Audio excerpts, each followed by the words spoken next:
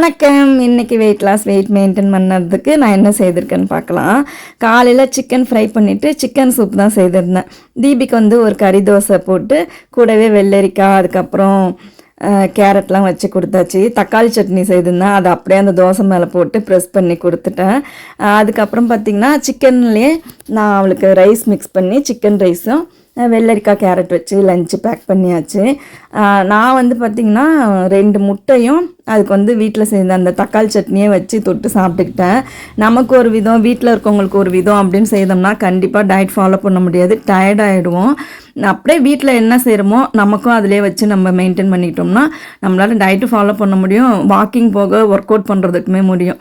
அதுக்கப்புறம் ஒரு 11 மணிக்காக black coffee குடிச்சிட்டு மதியத்துக்கு வந்து சிக்கன் ஃப்ரையும் வெள்ளரிக்காய் கேரட் வச்சு சாப்பிட்டாச்சு.